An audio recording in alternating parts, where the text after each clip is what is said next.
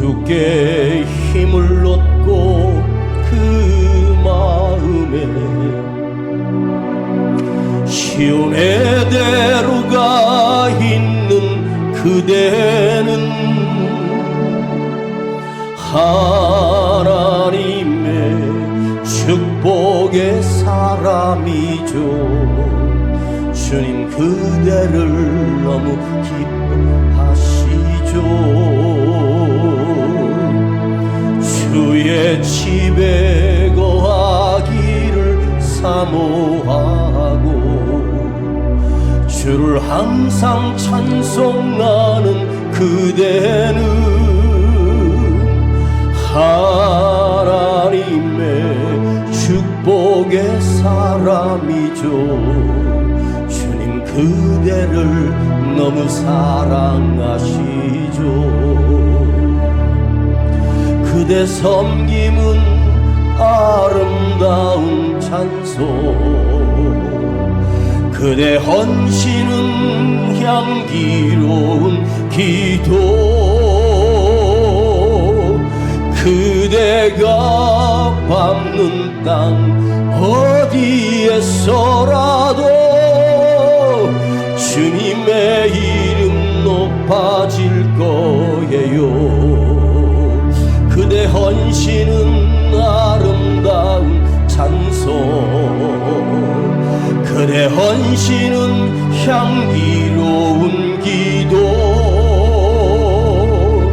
그대가 밟는 땅 어디에서라도 주님의 이름 높아질 거예요. 한 번만 더 불러요. 주께 힘을 얻고 그 마음에 시온의 대로가 있는 그대는 하나님의 축복의 사람이죠. 주님 그대를 너무 기뻐하시죠. 주의 집에 거하기를 사모하고 주를 항상 찬송하는 그대는 하나님의 축복의 사람이죠. 주님 그대를 너무 사랑하시죠. 그대 섬김은 아름다운 찬송, 그대 헌신은 향기로운 기도, 그대가 밟는 땅 어디에서라도 주님의 이름 높아질 거예요.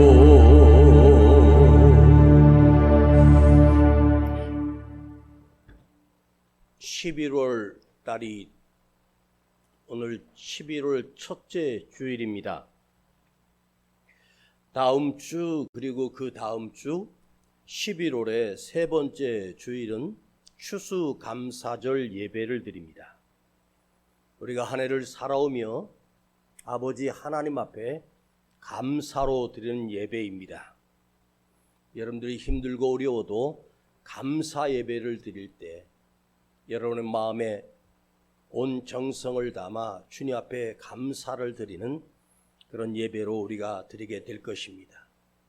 힘들게 살았던 풍족하게 살았던 모든 것이 주님의 은혜임을 감사드리며 우리가 심령과 마음과 예물을 준비하여 하나님께 감사로 드리는 1년에 한 번 있는 예배입니다. 추수감사절 예배는 미국 땅에 첫 발을 디디었던 메이플라워 호에 영국의 청교도들이 거기 수많은 인디안족들과 또 거기에 이미 거주하고 있는 사람들과 그 남의 땅에서 헐벗고 농사하고 매일같이 침략을 받는 그 위기 속에서 그들은 그 곡식을 처음으로 거두고 하나님 앞에 그들이 모여 예배를 드림으로 인해서 추수감사절 예배가 우리 기독교에 세워진 계기가 되었습니다. 평생을 감사하며 살아야 되지만 하나님께서 내게 입을 것, 먹을 것, 살 것을 주시고 내 생명을 지켜주신 주님께 전심으로 감사하여 드리는 추수감사절 예배가 되기를 간절히 바라겠습니다. 오늘 본문은 동일한 본문으로 계속해서 묵상하고 있습니다. 루스드라에 안진뱅이 하나가 그 한복판에 앉아 사도 바울이 설교를 하고 있다가 그 사람을 딱 보는 순간 그가 태어나면서부터 한 번도 일어나 걸어보지 못한 안진뱅이였습니다. 그의 평생의 소원은 무엇이었을까요? 나도 저 사람들처럼 두 발로 우뚝 서서 걷고 싶고 달리고 싶고 뛰고 싶지 않겠습니까? 그러나 태어나면서부터 다리가 쭈그러들어 도저히 걸어갈 수 없고 기어다니고 엎드려서 손으로 끌고 다니며 그 사람이 그 바울이 설교하는 그곳에 어떻게 왔는지는 모르겠습니다. 누군가가 업고 왔을 수도 있고 들것에 실려 왔을 수도 있고 기어서 왔을 수도 있겠습니다. 근데 그 사람은 그날 사도 바울을 처음 만났습니다. 단 한 번도 그가 누구인지를 알지 못했습니다. 그러나 사도 바울로부터 그가 전했던 복음은 예수 십자가의 복음이었고 예수가 너희를 구원하신다는 말씀이었습니다.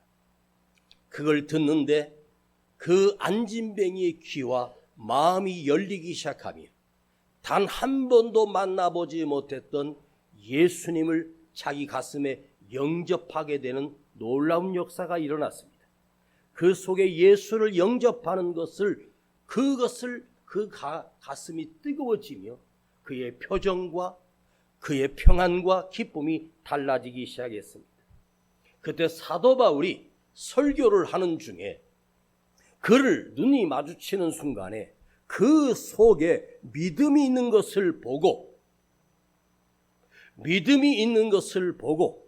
내 발로 바로 일어서라고 그 사도 바울이 선언하는 순간 우리 주님께서 그 쭈그러진 다리가 자기가 지금 안진뱅이라는 사실을, 자기가 지금 절박하다는 사실을, 자기는 지금 불구자라고 하는 사실을, 자기는 지금 가난하고 힘들고 죽을 수밖에 없다는 사실을 다 잊어버린 채 하나님의 말씀이 그 삶을 안에 들어와 그 안에 삼킨 이후부터 자기의 사정이나 형편이 아니라 그가 발로 일어서라고 하는 그 말을 믿고 나는 지금 안진뱅인데요, 나는 걸어본 적도 없고 일어나 본 적도 없는데요 하지 않고 그 말을 그대로 믿고 그는 그 자리에서 벌떡 일어서 버렸습니다.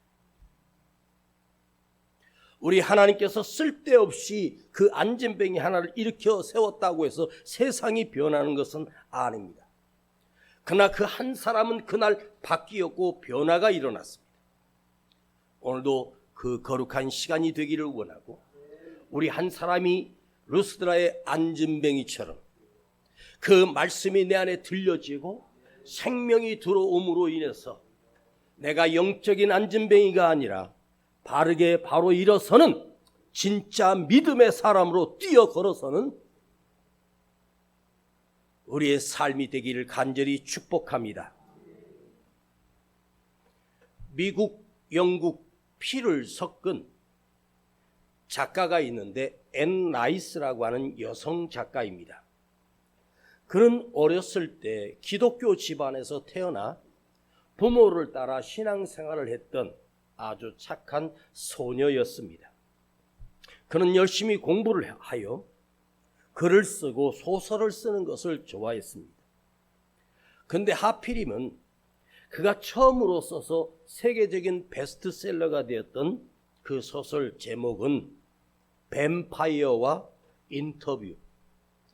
뱀파이어라고 하는 것은 보이지 않는 영, 보이지 않는 귀신, 뭐 이런 걸 뱀파이어라고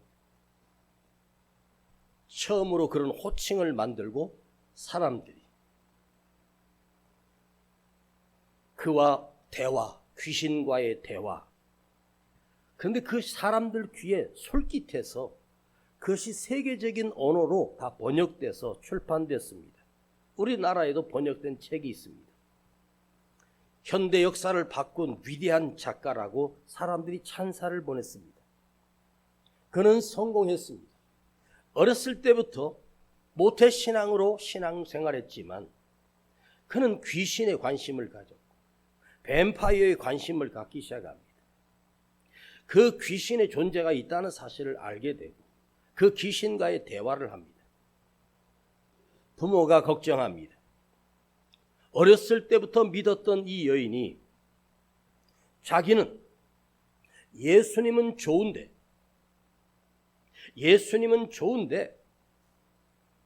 예수를 믿는 사람들이 싫다. 예수를 믿기 위해서 교회에 나와 예배를 드리는데 그 교회에서 있는 그 사람들을 보면 그 사람들이 보기 싫다. 왜? 말씀을 듣고 믿음이 있는 것처럼 보여지는데 그의 삶은 세상 사람과 별 차이가 없었다. 그는 부모의 권유로 인해서 예수님의 어릴 적 성경을 읽고 어린 예수님에 대한 또 책 또한 썼습니다. 예수님에 대하여 예수의 어렸을 때의 모든 사건들을 역사적으로 수집을 해서 어린 예수라는 책을 써서 이것 또한 세계적인 책이 되었습니다. 그러나 결국 그는 나는 기독교인이기를 거부한다. 나는 예수가 좋다. 난 예수님이 좋은데 나는 그리스도인은 되기 싫다. 거부를 하고 선언해 버렸습니다. 나는 예수를 사랑하고 예수를 믿지만 세상을 창조하신 하나님을 사랑하고 믿지만 기독교인들은 따르지 않겠다. 사실 우리를 크리스찬이다, 기독교인이라고 말합니다. 기독교를 누가 만들었습니까? 사람이 만든 거예요. 기독교를 사람들이 만들었고 가톨릭도 사람이 만들었습니다. 주님께서 처음으로 세우신 것은 교회였습니다. 교회가 세웠는데 이것이 파벌이 생기며 그렇게 많이 교단도 많고 무슨 침례교니 장로교니 감리교니 가톨릭이니 하면서 교회가 갈라지기 시작했습니다. 이걸 합쳐서 기독교라고 합니다. 기독교는 인간이 만들어낸 것이고 주님은 이 땅에 내 교회를 세우리니 이렇게 말씀하셨습니다. 오직 주님이 세우신 교회만이 존재할 뿐입니다. 저희 교회 또한 대한예수교 장로회 총회에 속해 있는 그 대한예수교 장로회도 합동측, 통합측과 같이 가장 큰 무리, 가장 큰 규모의 교단이지만 언젠가 갈라지면서 반반으로 나뉘었습니다. 그래서 대한민국의 장로 교단의 통합측과 우리 합동측이 가장 세력이 큽니다. 세력이 크다고 해서 거기에 진리가 있는 건 아닙니다. 그 교단에 속해 있다고 해서 진리가 있는 것은 아닙니다. 그 교단 속에도 형식적인 예배를 드리는 교회가 수없이 많을 것이며 그 교단에서도 섬이나 저 시골에 정말로 그렇게 많이 공부하신 목사님이 스스로 가셔서 몇 명의 할머니 할아버지들과 함께 씨름하며 목회하는 신실한 목사님들도 계십니다. 동일한 예배를 우리는 이 시간에 동시에 전 나라가 예배를 드리지만 하나님이 받으시는 예배가 있을 것이고 받지 못하는 예배가 있을 수도 있습니다.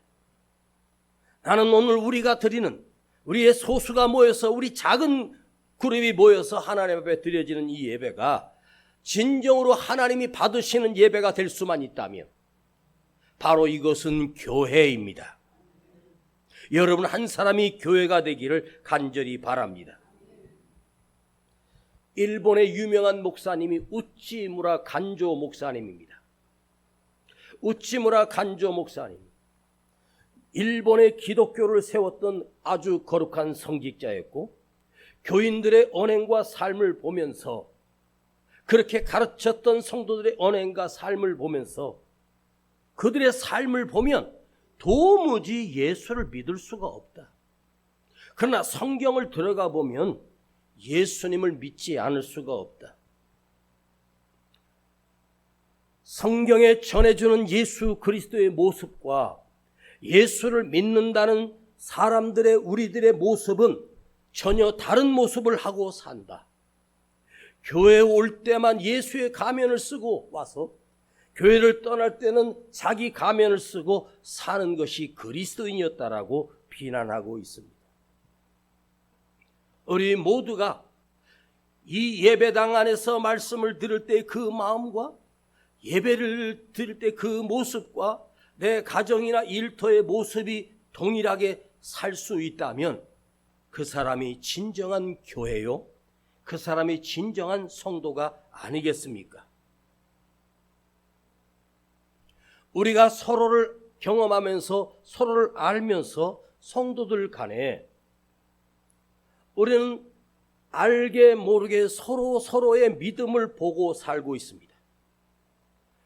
여러분, 믿음이라고 하는 것은 보인다는 것입니다. 예수가 싫어서 안 믿는 것이 아니라 믿는 사람들을 보고 많은 사람들이 시험을 들고 그래요. 자, 여러분, 그 사람이 지금 평안하다, 두려움에 떨고 있다라고 하는 것이, 평안이라고 하는 이 단어는 눈에 보여지는 단어가 아니에요. 기쁨이라는 단어 또한 눈에 보여지는 것이 아니고 표현이 되는 거예요.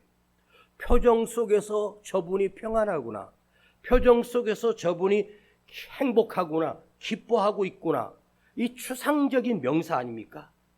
평안한데 어떻게 알 수 있어요? 눈으로 만져지고 손으로 만져지는 것입니까? 기쁨이 사실은요, 눈으로는 볼 수 없는 것인데 사실은 이게 실제로 기쁨은 눈으로 보인다는 거예요.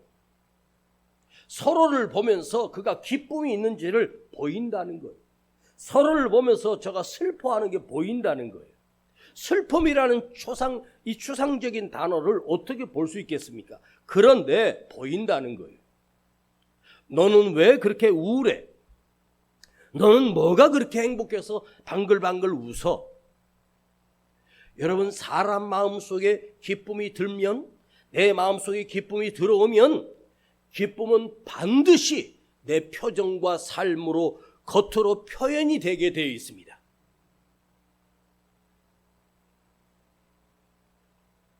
한 달 동안 물도 안 마시고 한 달 동안 음식도 섭취하지 않는 자가 화장실에 갈 수는 없습니다. 물을 마신 만큼 배설해야 되고 음식을 먹은 만큼 배설하게 되는 것이 원리예요. 음식이 들어왔으면 소화를 시키고 내 안에 양분을 주고 나머지 찌꺼기를 배설해야 되는 거예요. 감사가 들어오면 나도 모르게 감사가 표현이 되고 감사가 드러나게 되는 것이 당연한 것입니다.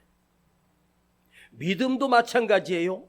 믿음이라고 하는 게 저 사람 속에 무슨 증명하는 것, 동사무소나 무슨 은행에 가서 돈을 찾거나 뭐 할 때 반드시 가지고 가야 되는 건 주민등록증이나 운전면허증을 가지고 가야 돼요. 나라고 하는 것을 확인할 수 있는 증이 있어야 돼요. 아무리 내가 이 사람이다, 내 통장이라고 해도 그걸 증명할 길이 없으면 인출이 불가능해요. 그러면 믿음이라고 하는 것은 주민등록증으로 이 사람이 나다라고 증명은 할 수 있어도, 그러나 믿음이라고 하는 이 추상적인 명사이지만, 그러나 믿음이라고 하는 것이 안 보이는 것지만 사실은 보인다는 거예요. 여러분, 사람들의 믿음이 우리끼리도 서로 보여요. 진짜로 예수를 믿고 있는가, 가짜로 예수를 믿고 있는가가 보인다는 것입니다. 여러분, 우리의 믿음은 반드시 보입니다. 여기서 우리가 예배 드리는 우리가 오늘 무엇하러 이곳에 왔습니까? 사람들에게 내 믿음을 보여주기 위함이 아니라 주님 앞에, 주님께 내 믿음이 살아있음을 드러내 하나님의 영광된 예배를 올려드리는 거예요. 주님은 우리의 믿음을 드려서 주님께서 내 믿음을 보시고 내게 응답하시고 내 안에 드려지는 예배가 하나님 앞에 올라가 주님이 기쁨으로 영광을 받으시는 것이 예배입니다. 두세 사람이 모였어도 그곳에 주님의 이름으로 모인 곳에는 우리 주님이 기꺼이 함께 해주시는 이유가 사람이 있기 때문이 아니라 그 사람들 속에 믿음이 있기 때문에, 믿음의 기도는 병든 자를 일으키리니. 제가 어떤 분을 기도해 주는데 그분은 예수를 믿어본 적이 없어요. 그분 딸이 자기 아버지를 위해서 기도해달라고 저를 모셔왔는데 그분은 단 한 번도 교회를 나간 적 없고 예수를 믿어본 적이 없는 사람이에요. 그 딸의 간곡한 부탁으로 가서 그 아버님을 놓고 간절히 기도했지만 아무런 변화가 없어요. 그래서 제가 그 딸에게 물어봤어요. 아버지가 예수를 믿냐 했더니 아니요, 안 믿는 거예요. 자, 믿음은 반응에서 나오는 거예요. 바울이 그 안진뱅이와 눈을 마주치고 그 속에 믿음이 있는 것을 보고 그 살을 향하여 네 발로 일어서라고 명령했을 때 그 안진뱅이는 사도 바울이 처음 만났지만 나를 향하여 일어서라고 하는 것을 알고 있었어요. 처음 만났는데 그 잠깐의 말씀을 듣고 십자가의 복음을 듣고 예수를 증거하는 바울의 목소리를 듣고 예수를 영접해버렸어요. 그러니까 누구를 일어서라고 한 건지를 자기가 알고 있어요. 내 발로 일어서라고 했을 때 그 속에 들었던 말씀이 들어가 그 말씀이 그 안에 녹아지면서 그 처음 말씀을 들었던 그 안진뱅이 속에 믿음이 생기기 시작했어요. 믿어지기 시작했어요. 아무 의심 없이 일어나 버렸어요. 여러분, 아무리 누군가 유명한 설교자가 와서 아무리 복음을 전하고 아무리 말씀을 전해도 우리 속에 믿음이 없이는 결코 반응이 일어나지 않습니다. 내 안에 아무런 감동도 일어나지 않습니다. 내 안에 뜨거운 믿음이 살아있을 때만 말씀이 들려질 때 내게 뜨거워지고 감화가 일어나고 성령의 역사가 일어나요. 믿음은 반드시 보입니다. 그에게 믿음이 있는 것을 보고 구원받을 만한 믿음이 있는 것을 사도 바울이 본 것입니다. 안진뱅이 모습도 보았습니다. 그의 얼굴도 보았습니다. 그러나 그의 얼굴을 본 거나 안진뱅이를 본 것이 아닙니다. 또 사도 바울 속에 안진뱅이라는 사실을 알고 그는 태어나면서부터 안진뱅이라는 사실을 다 알고 있습니다. 딱 보면 압니다. 안진뱅이라고 하는 것은 살다가 중간에 안진뱅이가 되는 게 아니에요. 태어나면서부터 안진뱅이에요. 바울이 그 모습을 보고 저 사람은 평생 안진뱅이로 살 수밖에 없는 인생이구나. 그러나 사도 바울 속에 하나님의 말씀을 전하면서 그 안에 예수가 계시고 예수님은 하실 수 있다, 예수님은 죽은 자를 살린다, 그 믿음이 사도 바울 속에 있어. 내 안에도 믿음이 있어. 믿음으로 선포했을 때 그 명령이 떨어지는 짧은 몇 마디에 그 중간자 역할과 그를 일어나게 했던 분은 누구이십니까? 말씀의 주인 되신 예수님이 그 일을 행하신 것이에요. 오늘도 말씀의 주인 되신 예수님께서 말씀이 전해져 여러분 속에서 역사가 일어나고 다시 일어나고 영적인 안진뱅이가 아니라 뛰어나 일어서 걸으며 주님을 쫓는 자가 되기를 축복합니다. 여러분, 어떤 로마의 백부장입니다. 그 당시에 이스라엘을 다스리는 로마 군대가 와서 진치고 있습니다. 지역마다 100명의 군대를 가진 백부장이 그 지역의 안전관리를 합니다. 그러니까 이스라엘은 로마의 식민지입니다. 그런데 로마의 식민지를 다스리는 로마에서 파송된 군인, 로마의 장교인 백부장이 갑자기 예수님을 찾아와 예수님 앞에 엎드려 주여, 우리 집에 내 하인 하나가 병으로 죽어가나이다. 그랬더니 주님이 이렇게 말씀하세요. 속히 너의 집에 가리라. 아닙니다, 주님. 나는 거룩하신 주님이 우리 집에 오심을 감당할 수가 없습니다. 나는 더러운 죄인입니다. 다만 여기서 말씀으로만 하시면 우리 집에 있는 그 하인이 나을 것을 나는 믿습니다. 그때 주님이 이렇게 말씀하십니다. 내가 온 이스라엘 땅에 이만한 믿음을 처음 보았다고, 이렇게 큰 믿음을 내가 본 적이 없다고 하면서 주님이 기뻐하시며 가라, 내 믿음대로 될지어다. 가서 봤더니 그 백부장이 주님을 만나 가라, 내 믿음대로 될지어다 했던 그 순간 멀리 떨어진 그곳에 있던 죽어가던 그 하인이 벌떡 일어나 버린 거예요. 왜 주님은 그 로마 사람이고 이방 사람인데 그 속에 믿음이 있는 것을 어떻게 보았을까요? 예수님 눈에만 보이는 것이 아닙니다. 사람 속에 담겨진 믿음이라고 하는 건 반드시 표현되게 돼 있어요. 여기서 주님이 말씀만 하시면 내 집에 죽어가는 자가 어떻게 살아나? 그걸 믿었다라고 하는 말은 백부장이 자기 하인을 사랑하고 그 사랑했던 그 하인, 백부장에게 하인이 하나 죽는다고 해서 무슨 손실이 있겠습니까? 그 당시에 그 하인들은, 그 종들은 짐승 한 마리조차도 못하게 여겼던 시대인데 그 하인을 사랑하는 마음이 있었고 그를 살리기 위해서 자기 군복을 다 벗고 자기 계급장 띄고 겸손하게 예수님을 찾아온 것. 주님은 그를 뚫어보시고 그 속에 믿음이 있는 것을 보셨습니다. 내 믿음이 크도다. 풍랑 속에 주님과 함께 동행하던 배가 있었습니다. 풍랑 속에 배를 타고 가는데 주님은 뱃속에서 주무시고 계셨어요. 풍랑을 만난 그 제자들은 당황하면서 풍랑을 이겨보려고 아무리 몸부림쳐도 안 되는 거예요. 그러다가 할 수 없이 예수님을 깨워서 주여, 우리를 돌아보지 아니하시나이까? 우리가 죽게 되었다고. 잠자던 주님께서 일어나시며 풍랑에 대해서 말씀하지 아니하시고 이렇게 말씀하시고, 너희가 어찌하여 믿음이 없느냐? 너희가 어찌하여 믿음이 없느냐? 주님이 누구를 만나서 너희가 어찌하여 그렇게 부자냐? 너는 왜 이렇게 가난하냐? 너는 왜 이렇게 많이 배웠냐? 너는 왜 이렇게 훌륭하니? 너는 왜 이렇게 고귀하니?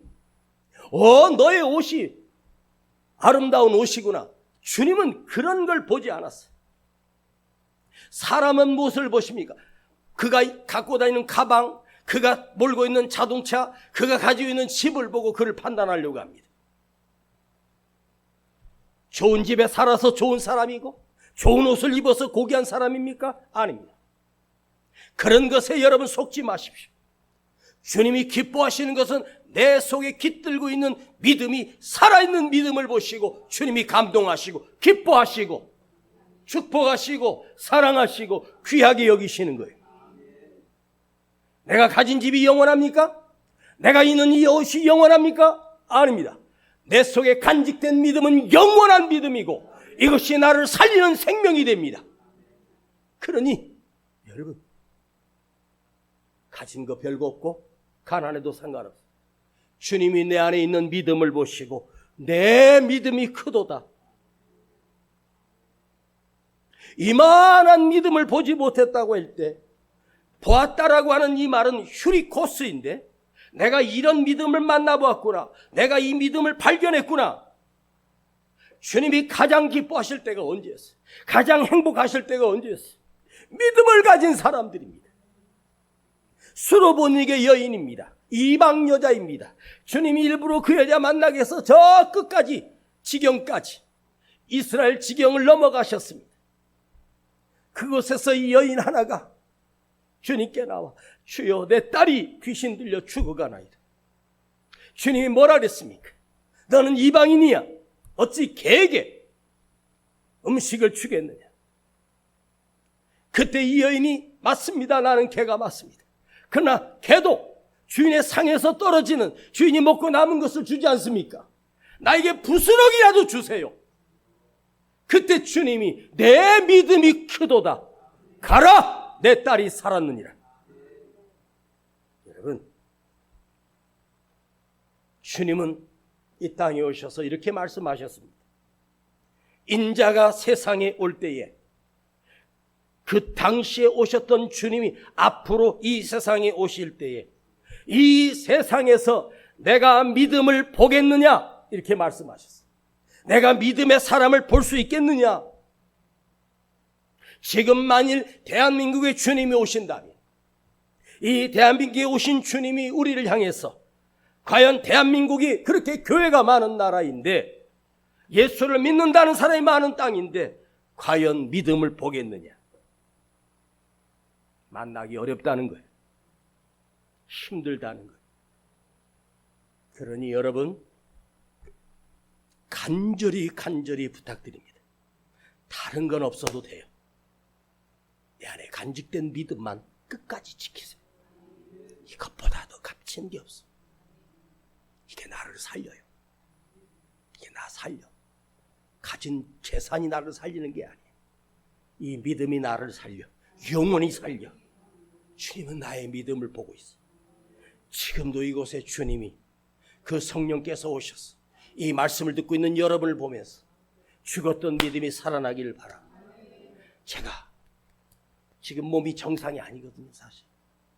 열도 나고 목도 아프고, 이 설교 한번 하고 나면 목이 쉬어서 말을 못해요. 뭐하러 그렇게 합니까? 그냥 대충 해도 되는데. 그런데요, 한 사람이라도 살리고 싶은 거지. 예? 한 영혼이라도 살리고 싶은 거지.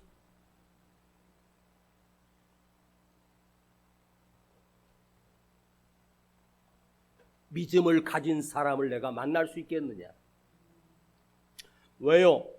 믿음은 보이기 때문입니다. 주님의 눈에만 보이는 것이 아니라 우리끼리도 보입니다. 목사인 저도 여러분들의 믿음이 보입니다. 그것은 정확하지는 않겠지만, 주님이 보시는 믿음은 정확하지만, 목사가 우리 성도들을 볼 때 누구는 진짜 믿음의 사람이고, 저 사람은 그냥 왔다 갔다 하는 사람이고, 직분만 가졌지 그냥 거짓 믿음인 게 목사 눈에도 보이는데요. 여러분 눈에도 보이죠? 같이 있으면서 저분의 믿음은 보이는데 저 사람은 좀 아닌 것 같아. 근데요, 그게 어느 정도 맞는다는 거예요. 진짜 맞아요. 예수님이 제자들을 모아놓으시고 이야기를 하셨어요. 사마리아 성에, 거기 내려가는 곳에, 외딴 곳에 강도들이 득실거리고 있었어. 어떤 사람이 짐을 이끌고 거길 내려오다가 강도를 만나 재산을 다 뺏기고 피 흘려 쓰러져 있는데, 그 앞으로 세 사람이 지나갔어. 첫 번째 사람은 제사장이 지나갔대요. 두 번째는 레위인이 지나갔대요. 제사장이 누구입니까? 바로 하나님 앞에 택함을 받은 제사장이고, 레위 또한 거룩한 지파입니다. 왜 제사장과 레위인은 그 피 흘려 쓰러진 그 사람을 보고 모른 체하고 지나갔을까요? 나는 하나님 앞에 거룩한 제사를 지내야 되니 저렇게 피 흘린 자의 피를 만지면 내가 부정해지니까 거룩한 예배를 드릴 수 없어. 레위인도 마찬가지예요. 근데 그 사마리아인은 그 사람을 불쌍히 여기고 자기 나귀에 태우고 어느 주막에 들러 그곳에 치료를 맡기고, 곧 돌아올 테니 다시 돌아와 치료비가 더 들면 내가 상환하겠습니다. 이 이야기를 주님이 하시는 이유는 없었던 이야기를 만든 것이 아니라 실제로 있었던 픽션이에요. 그 나귀에 태워 주막집에 가서 치료를 부탁하고, 치료비가 더 들면 더 드리겠습니다 하고 자기 돈을 그곳에 맡기고 치료를 부탁합니다. 우리는 여기서 아주 중요한 사실을 발견하게 됩니다. 그 사람의 이름은 모릅니다. 그 사람을 지칭하여 선한 사마리아인입니다. 사마리아인 앞에 선한이란 단어가 붙을 수가 없어요. 사마리아인들은 피가 섞인 저주받은 민족입니다. 저주받은 백성입니다. 그래서 이스라엘 백성들은 사마리아 사람들을 개, 돼지 취급을 했습니다. 그런데 이 선한 사마리아인이 그것을 우연히 지나가다가 그 강도 만난 사람을 보고 자기 나귀에 태워 어디에 가서 치료를 맡기고, 그러면 이 사람이 평소의 삶을 어떻게 살았을까요? 그가 평소에서 자기 가정이나 일터에서 이기적이고 독선적이고 욕심적이고 자기만 생각하는 사람이었다면 제사장이나 레위인처럼 그냥 지나쳐버리면 끝나는 거예요. 그는 주위 모든 사람들로부터 고통을 주고 괴롭히는 사람이고 못된 사람이었겠습니까? 만일 그렇게 못된 사람이었다면 그 외딴 곳에서, 아무도 없는 곳에서 왜 선행을 베풀 리가 없습니다. 제가 어렸을 때 어느 목사님이 자식을 못 낳으니까 주변에 부모가 없는 아이들을 키우면서 교회에서 예배를 드리고 했을 때, 저희 아버지가 목회하시다가 병들었을 때 저를 그곳에 맡긴 적이 있습니다. 거기 한 100여 명의 아이들과 함께 살았습니다. 당시 말로 그것이 고아원이었습니다. 서울 효창동에 있는 한 200평 되는 큰 건물에 마당도 있는 집입니다. 거기 또래들과 방에서 나눠서 같이 지내고 학교도 다니고 했었습니다. 그러면 가끔 무슨 명절이나 하면 어디 뭐 구청, 어디 무슨 단체에서 거기 스피커로 밖으로 모이라고 합니다. 그러면 우리는 하던 것을 다 멈추고 밖에 나가야 합니다. 거기에 막 상자 같은 거, 막 상품 같은 거, 우리 선물 같은 거 거기다가 앞에다가 그 뭐 이렇게 써가지고 어디 써가지고 우리는 그 뒤에 써가지고 하나 둘 셋 김치 한번 씩 웃으면서 사진을 찍었습니다. 제 기억으로 사진을 찍은 게 한 500번은 넘는 것 같습니다. 나는 그걸 갖다 주면서 사진 찍는 게 지겨웠습니다. 근데 어떤 분들은 와가지고 사진을 찍고 어디 강단에 모여가지고 같이 거기서 이렇게 얘기를 하고 했습니다. 근데 제 옆에 하필이면 아주 귀부인 아주머니가 제 옆에 앉아 계셨습니다. 그 아이들 틈에 앉아 있었습니다. 엄마와 멀리 떨어져 있는 제가, 그 예쁜 아주머니가 엄마같이 느껴져서 너무 좋아서 옆에서 그분을 보고 막 웃었더니 냄새나는 새끼가 어제 옆에 막 저를 팍 때리시는 거예요. 그래서 제가 깜짝 놀랐습니다. 거기 불쌍한 아이들을 뭘 선물해 주러 온 그분이 제가 옆에서 좋아서 그랬더니 나를 팍 패드리시는 거예요. 나는 그날 일을 지금 평생 기억하고 있어요. 자, 왜 사진을 찍습니까? 우리가 이런 단체에서 이런 데 어려운 데 와서 기부를 많이 했고 사진을 남겨서 뭐 하겠다는 거죠. 드러내고 자랑하고 싶은 거죠. 그게 진짜 구제일까요? 그건 구제가 아닙니다. 왜 주님은 오른손이 하는 거 왼손이 모르게 하고 왼손이 하는 거 오른손 모르게 하라고 하셨을까요? 여러분 주님 앞에 드려지는 헌신이 누군가의 칭찬을 듣기 위해서, 찬사를 듣기 위해서 하는 것입니까? 아닙니다. 주님만이 아시면 됩니다. 이 선한 사마리아인은 평상시의 삶 자체가 자기보다 더 어려운 사람을 도우며 진실하게 살았기 때문에 그 현장에서 그 사랑을 실천할 수 있는 능력이 있는 사람이었습니다. 지극히 이기적인 인간이 그런 일을 할 수가 없습니다. 어쩌다 큰 인심 한번 썼다고 그 사람이 선해지는 것이 아닙니다. 사람의 박수 소리 듣고 찬사 소리가 들을 때, 그 사람의 드러날 때 그야말로 이건 쇼하는 거죠. 어느 목사님이 초청을 받아 그 교회 헌신 예배를 갔습니다. 헌신 예배를 드리고 그 목사님 서재실에 들어갔는데 목사님 정말로 은혜 많이 받았습니다. 우리 성도들 오늘 너무 은혜 받아서 행복합니다. 그 목사님 서재실에 들어갔는데 서재실이 엄청 크더라고요. 그 소파에 앉았는데 그 책꽂이를 쭉 있는데 그 책꽂이 위에 사진들을 쫙 크게 액자에다가 붙여놨는데 보니까 그 목사님이 어디다 기증한 거, 어디다 무슨 일 한 거, 그거 다 사진 찍고, 국회의원하고 사진 찍고, 구청장하고 사진 찍은 거, 막 벽에다가 막 그냥 도배를 해서 사진을 크게 액자에다 걸어놨더라고요. 그러면서 그 목사님이 보니까 그 지역에 뭐 구청장이나 뭐 시장이나 막 유지 정도 막 교인들이 해서 하는 걸. 여러분, 그 사진 찍으면 그거 낭비하는 거예요. 허비하는 거예요. 주님이 안 받으셔요. 왜 사진을 찍습니까? 나 이렇게 좋은 일 많이 했다는 거지.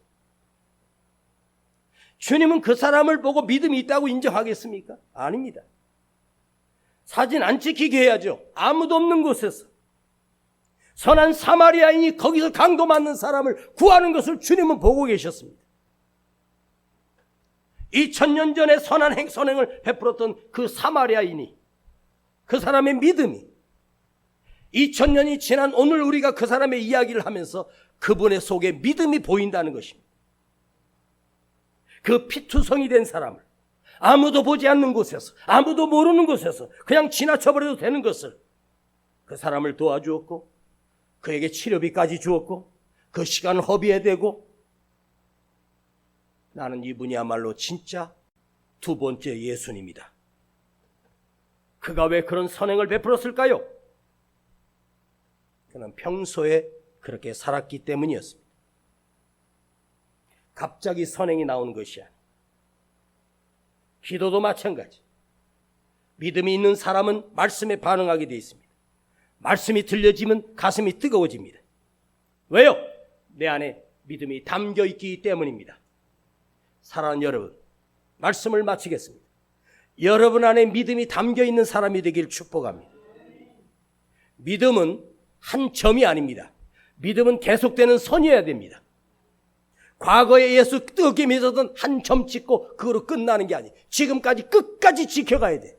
그걸 계속 지켜가야 돼. 끊임없이 믿음이 지켜가야 돼. 삶으로 드러나야 돼. 기분 나쁠 때는 예배 안 드리고, 기분 좋을 땐 예배 드리고, 자기한테 꼭 맞는 말씀이 막 좋아하다가 좀 아니면 외면하고. 아니에요. 언제나 은혜 받는 사람은 은혜 받아. 오늘 이 시대를 바라보면서 추상적인 믿음이라고 하는, 보이지 않는 것처럼 보이지만 사실은 믿음은 보입니다. 사랑하는 여러분, 우리는 먼저 내 믿음을 주님께 보여드리고, 내 믿음을 누군가에게 보여드리고, 말로 보여드리는 것이 아닙니다. 우리는 서로 말하지 않아도 서로가 다 알고 있습니다. 왜? 믿음은 보이기 때문입니다. 진짜 있을 때 그 믿음은 보입니다. 사랑하는 여러분, 이 믿음 갖고 우리는 주님 앞에 갈 것입니다. 주님이 아니면 우리는 주님 앞에 갈 길이 없습니다. 주여, 내 안에 누군가에게 보여주기 위한 믿음이 아니라, 누군가에게 칭찬받으려고 있는 믿음이 아니라 진실한 믿음입니다. 목회하면서 저는 이분은 진짜 믿음이 좋아서 정말 이분은 훌륭하구나 했던 사람인데, 세월이 지나 보니까 아니었었습니다. 마지막 믿음은 끝까지입니다. 끝까지입니다. 여러분의 믿음이 끝까지 지속돼야 합니다. 언제까지? 주님 앞에 갈 때까지.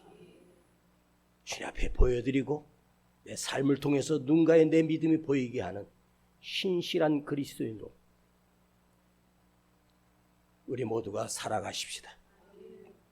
아버지 하나님, 감사합니다. 세상이 우리의 믿음을 보고 외면합니다. 우리의 믿음이 그들에게는 가짜로 보였기 때문이 아니겠습니까?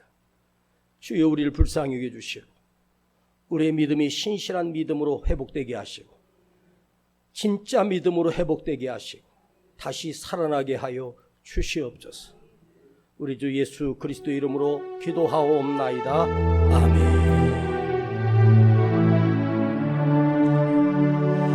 주께 힘을 얻고 그 마음에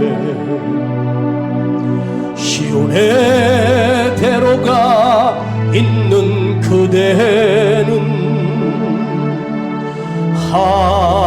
하나님의 믿음의 사람이죠. 주님 그대를 너무 기뻐하시죠. 주의 집에 거하기를 사모하고 주를 항상 찬송하는 그대는 하나님의 축복의 사람이죠. 주님 그대를 너무 사랑하시죠. 우리 예물 드리겠습니다. 그대 섬김은 아름다운 찬송,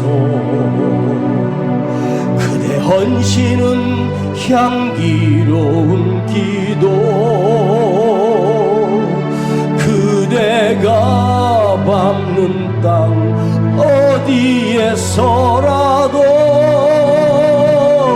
주님의 이름 높아질 거예요. 주께 힘을 얻고 그 마음에 시온에대로가 있는 그대는 하나님의 축복의 사람이죠.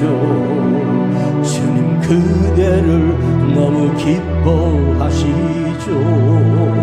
같이 일어나겠습니다. 주의 집에 거하기를 사모하고 주를 항상 찬송하는 그대는 하나님의 축복의 사람이죠. 주님 그대를 너무 사랑하시죠. 그대 섬김은 아름다운 찬송, 그대 헌신은 향기로운 기도, 그대가 밟는 땅 어디에서라도 주님의 이름 높아질 내 삶을 통해서 주님이 드러나고 주의 이름이 높아지기를 원합니다. 주여 내 믿음이 삶으로 드러나게 하시고 예수가 내 안에 있는 내 삶이 예수의 삶을 살게 하시고 예수의 말씀이 담긴 내 삶이 예수님의 생각을 나게 하시고 그 마음을 품고 살게 하여 주시옵소서. 주여 이 내 믿음은 보입니다. 주님이 내 믿음을 보십니까? 주여 주님께 보이는 믿음으로 내가 다시 회복되기를 원합니다. 내 안에 믿음이 있는 것을 보여줄 수 있는 주여 내 안에 진정한 믿음이 깨어있는 믿음이 되게 하여 주옵소서. 오늘 이렇게 기도하십시다. 그 안전뱅이가 바로 나 자신이었습니다. 바울이 그 속에 믿음 있는 것을 본 것처럼 주여 주님이 내 안에 믿음 있는 것이 보여지게 하시고 나도 다시 일어나게 하시고 달려가게 하옵소서. 주여 내게 믿음을 주옵소서. 신실한 믿음, 살아있는 믿음, 주님 앞에 구원받는 믿음 되게 하옵소서. 믿음을 심겨주시옵소서. 깨어있는 믿음이 되게 하옵소서. 주여 부르고 기도합니다. 주여 아버지 하나님, 내 속에 깨어있는 믿음, 신실한 믿음, 거룩한 믿음, 예수가 들어있게 하옵소서. 예수님이 들어있게 하옵소서. 예수님이 계시게 하옵소서. 예수님의 말씀을 실천하는 삶이 되게 하시고 예수님의 말씀대로 살아가는 인생이 되게 하시고 예수님이 함께 하시는 진정한 뜨거운 믿음이 우리 안에 날마다 깨어있게 하시고 날마다 이 믿음을 간직하며 끝까지 이 믿음을 지켜가도록 주여 이 믿음을 지키겠습니다. 주여 나의 믿음 없는 것을 보시고 주여 내 안에 주여 믿음을 주시옵소서. 예수님을 초청하고 예수님을 모셔드리며 내 안에 믿음이 다시 깨어나게 하시고 내 안에 다시 복음이 깨어나게 하시고 내 안에 다시 생명이 깨어나기를 간절히 원합니다. 주여 나는 믿음이 연약하고 믿음이 무너졌습니다. 무너진 믿음을 다시 살려내게 하여 주시고 다시 일으키게 하여 주시옵소서. 아버지 하나님 기도하겠습니다. 거룩하게 살겠습니다. 아버지, 진리로 살겠습니다. 주님, 우리를 불쌍히 여겨주시고 긍휼히 여겨 주옵소서. 그대 섬김은 아름다운 찬송, 그대 헌신은 향기로운 기도, 그대가 밟는 땅 어디에서라도 주님의 이름 높아질 거예요. 감사합니다. 아버지, 오늘 예배를 통하여 우리의 믿음을 다시 점검하며 내가 믿음 없었음을 고백하며 믿음이 있는 줄 알았는데 나는 기쁨이 사라졌고 원망하며 불평하며 살았습니다. 용서하여 주시고 우리 안에 예수가 계시게 하시고 주님이 부어주신 성령이 거하게 하셔서 진정한 믿음의 사람, 축복의 사람이 되겠습니다. 이 믿음을 간직하겠습니다. 말씀을 읽으며 말씀을 들으며 내 믿음이 점점 더 커져라. 내 믿음아 커져라. 내 믿음아 거룩해져라. 내 믿음으로 말미암아 구원받으라. 이 생명의 믿음이 우리 안에 살게 하여 주시옵소서. 아버지, 우리 작은 것을 주님 앞에 드립니다. 너무나도 연약한 것입니다. 주님이 받으시고 흠양하여 주시기를 원하며 살아가는 가정에 복을 내려주시고 주님께서 입을 것, 먹을 것, 쓸 것을 미리 아시고 예비하시는 여호와 일의 축복을 더하여 주옵소서. 우리의 사업장을 축복하여 주시고 저들의 가정을 축복하시고 자녀들에게 복을 내려주시고 또한 저들에게 믿음의 자녀가 되도록 인도하여 주시옵소서. 지금은 우리 구주 예수 그리스도의 은혜와 아버지 하나님의 온전하신 사랑하심과 성령님의 감화 감동 충만 내재 교통하심이 오늘 믿음을 간직하고 살기를 결단한 우리 모든 성도들 그 머리 위에 가정과 살 위에 이제로부터 영원토록 함께 계실지어다. 아멘.